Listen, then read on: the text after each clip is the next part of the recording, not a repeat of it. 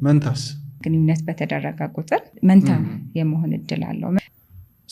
መንታስ መንታ እንደዚህ ያድርጉ እንደዚህ የሚባል ነገር የለም። ግን እድሜ ከ35 ዓመት በላይ ሆነች ሴት መንታ የማርገዝ እድሏ ከፍ ያለ ነው። ይሄ የሚሆንበት ከ35 ዓመት በላይ ስንሆን የሰውነት ሁኔታችን እየቀነሰ ነው የሚሄደው። ስለዚህ የማህፀን በር ወይም ሰርቪክስ የሚባል አለ። ልክ ጽንስ እንደተፈጠረ ሙሉ ለሙሉ በ3 ወር ውስጥ ይዘጋል ማለት ነው። እድሜዋ ከ35 ዓመት በላይ ከፍ ያለ ሴት በምትሆንበት ጊዜ ሙሉ ለሙሉ የመዘጋት እድሉ እየቀነሰ ይመጣል። ስለዚህ ግንኙነት በተደረገ ቁጥር መንታ የመሆን እድል አለው። መንታ ባይዜ የተለያየ አይነት መንታ አለው። እንዴት ጊዜያቸው የተለያየ መንታዎች ይኖራሉ። ሱፐርፊቴሽን የምንለው አለ።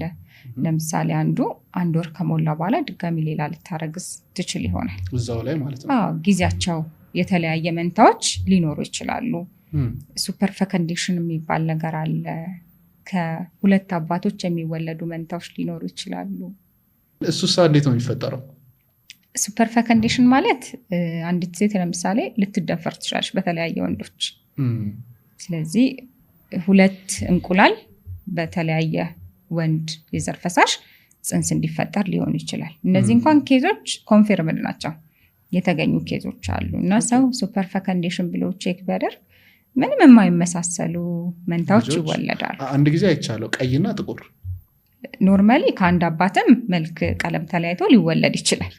እሱ ምንትን አይደለም፣ እሱ ችግር የለውም። ከአንድ እንቁላል ሲሰበሩና ከ2 እንቁላል ሲሆኑ ጾታቸው ተለያይቶ መልካቸው ተለያይቶ ሊሆን ይችላል። ሱፐር ፈከንዴሽን ግን ሌላ ነው። 2 አባት ነው ያላቸው እነዛ ልጆች።